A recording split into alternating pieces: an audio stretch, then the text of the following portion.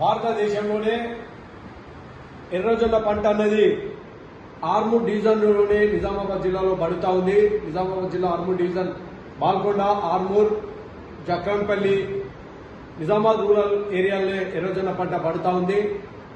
కానీ ఈ సంవత్సరము ఎర్రజొన్న సుమారు 20 నుంచి 23,000 ఎకరాలే ఎర్రజొన్న పంట సాగు విస్తీర్ణం చేయడం జరిగింది. గత 4 సంవత్సరాల కంటే ముందు పోతే ఎప్పుడు కూడా 45,000-50 వేలు ఎర్రజొన్న పంట విస్తీర్ణం ఉంటా ఉండే.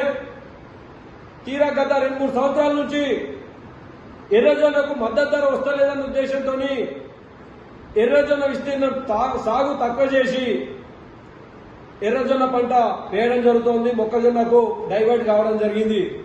కానీ ఎర్రజొన్న పంట ఇంత తగ్గినా కూడా ఒక పక్క ఈసారి రైతాంగం వాతావరణ పరిస్థితుల దృష్ట్యా ఎర్రజొన్న పంట ఈల్డింగ్ రాదు, వచ్చిన దానికైనా కానీ దిగుబడి తగ్గుతా ఉంది కనుక సుమారు 4 నుంచి 5 వేల మధ్య మద్దతు ధర వస్తుందని చెప్పి రైతులు ఆశాభావం వ్యక్తం చేయడం జరిగింది.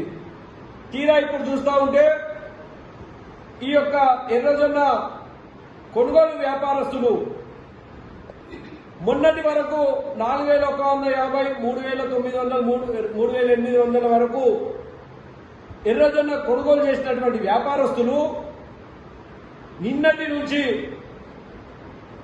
వాళ్ళు పూర్తిగా సిండికేట్ అయి నిన్నటి నుంచి 3,300, 3,500 మధ్యకు సుమారు ఒక క్వింటాల్కు 6,600 రూపాయలు ఒక క్వింటాల్కు రైతుని నష్టపరుస్తా ఉన్నారు. 10 నుంచి 15,000 రూపాయలు ఒక ఎకరానికి రైతు నష్టపోయే పరిస్థితి ఏర్పడతా ఉంది. ఒక పక్క చూస్తా ఉన్నాం కొద్దిమంది దీంట్లోనే వ్యాపారస్తులు స్వచ్ఛందంగా ఈ వ్యాపారస్తులు కొద్దిమంది సిండికేట్ అయి రైతులు నిట్టనీలో ముంచుతా ఉన్నా. ఈ జిల్లాకు సంబంధించినటువంటి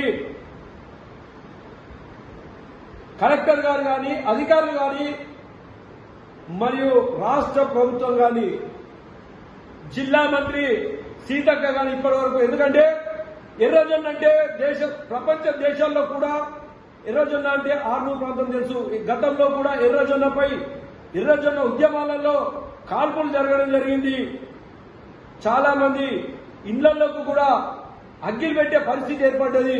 ఎర్రజొన్న అంటే ఉద్యమాల గడ్డ ఈ ప్రాంతం అని చెప్పి తెలుసు కనుక ఇదంతా తెలిసిండి కూడా ఈ ప్రభుత్వము ఒక పక్క హార్వెస్టింగ్ అయి పూర్తిగా ఎండబెట్టి మ్యాచర్ వచ్చి ఎండబెట్టి ఎక్కడికక్కడ కుప్పలు పెట్టుకుని ఉండి రైతులు కొనే పరిస్థితి లేక అన్నమో రామచంద్ర అనే పరిస్థితిలో రైతులందరూ కూడా దిగులుకు పడతా ఉంటే ఈ యొక్క పూర్తిగా సిండికేట్ అయినటువంటి వ్యాపారస్తుల మీద కానీ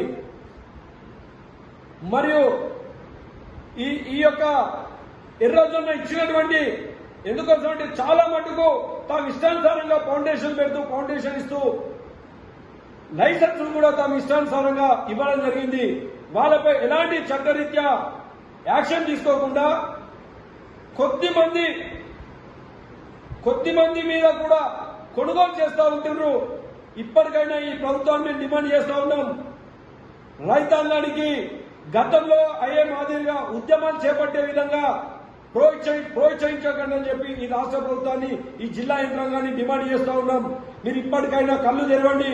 కళ్ళు తెరిచి ఎర్రజొన్న పండించినటువంటి రైతాంగానికి 45 రూపాయలు క్వింటాలకు 4,500 రూపాయలు వచ్చే విధంగా రైతు బ్రతికించే విధంగా చూడవలసిన బాధ్యత ఈ యంత్రాంగంపై ఉంది.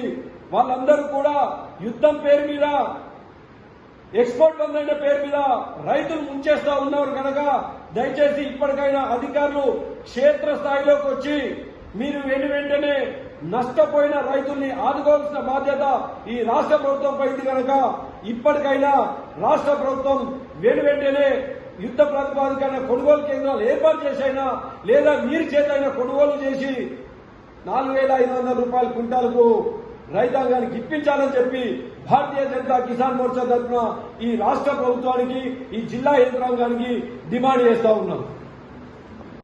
Thanks for watching. Like, share and subscribe.